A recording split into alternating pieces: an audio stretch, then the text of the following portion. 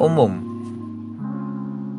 Halo sahabat, secara umum budidaya ikan terdiri dari beberapa tahapan kegiatan yang dilaksanakan dengan tujuan untuk mencapai hasil, baik itu pembinaan ikan, pembesaran, dan hingga tahap pemanenan. Untuk mengetahui secara detail tentang langkah-langkah tersebut, berikut adalah sedikit ulasan mengenai budidaya pembinaan ikan nila.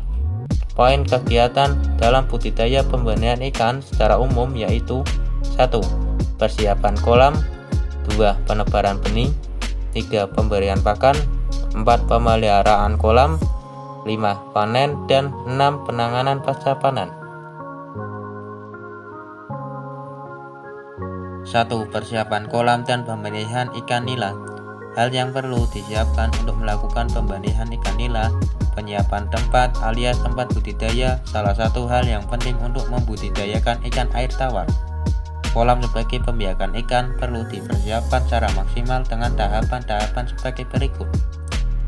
Pengaringan kolam, perbaikan pematang, saluran pemasukan dan pengeluaran, pengapuran, pemupukan, pengisian air kolam, penyemprotan pestisida, memasukkan air sampai kedalaman 80-150 cm, dan penebaran ikan dilakukan setelah 5-7 hari setelah pengisian air kolam.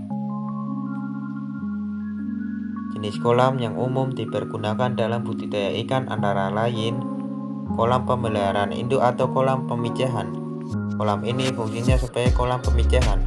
Kolam sebaiknya berupa kolam tanah yang luasnya 50-100 meter persegi dan kepadatan kolam induk hanya 2 ekor per meter persegi.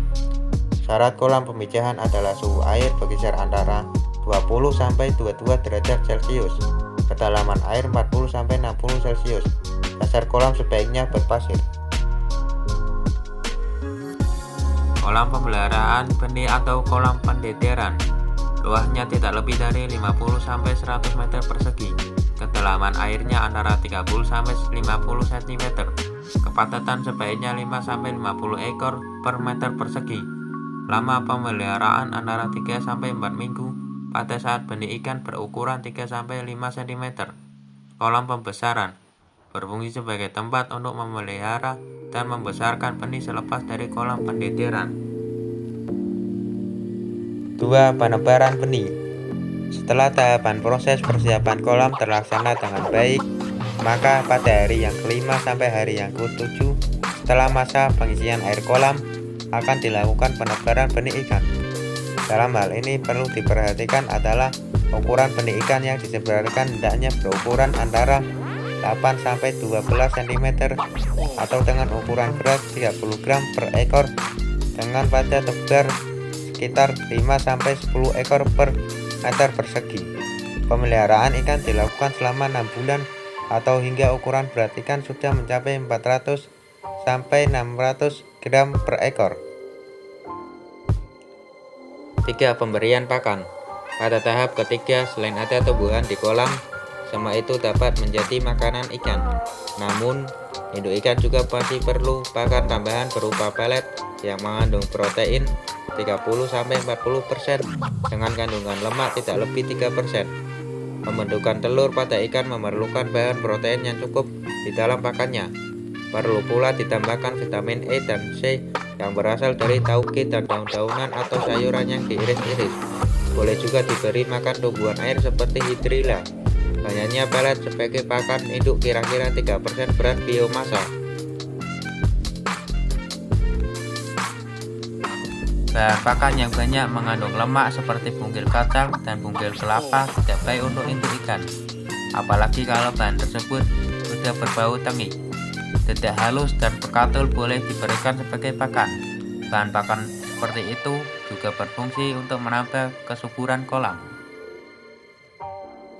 4. Pemeliharaan kolam.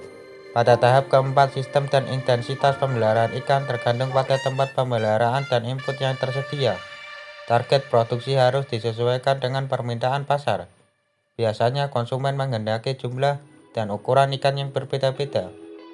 Intensitas usaha dibagi dalam 3 tingkat, yaitu sistem ekstensif atau teknologi sederhana, sistem semi-intensif atau teknologi media, dan sistem intensif atau teknologi maju. 5. Panen. Masa pemanenan ikan sudah dapat dilakukan setelah masa pemeliharaan 4-6 bulan.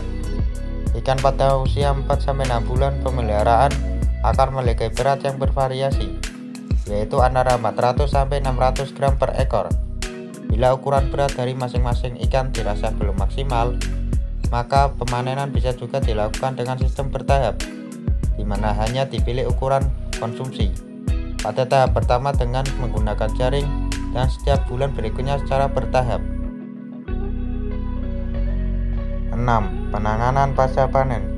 Tahap terakhir penanganan pasca panen ikan dapat dilakukan dengan cara penanganan ikan hidup maupun ikan segar. A. Penanganan ikan hidup. Ada kalanya ikan konsumsi ini akan lebih mahal harganya bila dijual dalam keadaan hidup.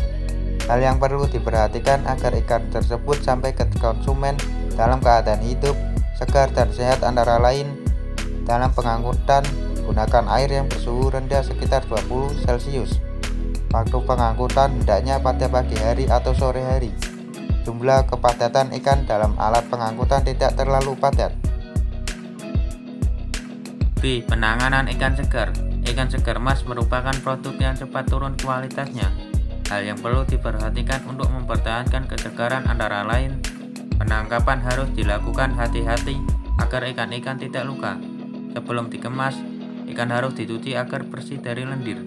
Wadah pengangkut harus bersih dan tertutup. Ikan diletakkan dalam wadah berisi es dengan suhu 6-7 Celcius. Demikianlah sedikit paparan singkat mengenai tahapan budidaya ikan secara umum yang dimuat dari beberapa sumber. Dari penjelasan tahapan kegiatan budidaya ikan di atas dapat menjadi gambaran untuk kita apabila ingin melakukan usaha budidaya dengan baik. Sekian, semoga manfaat. Terima kasih.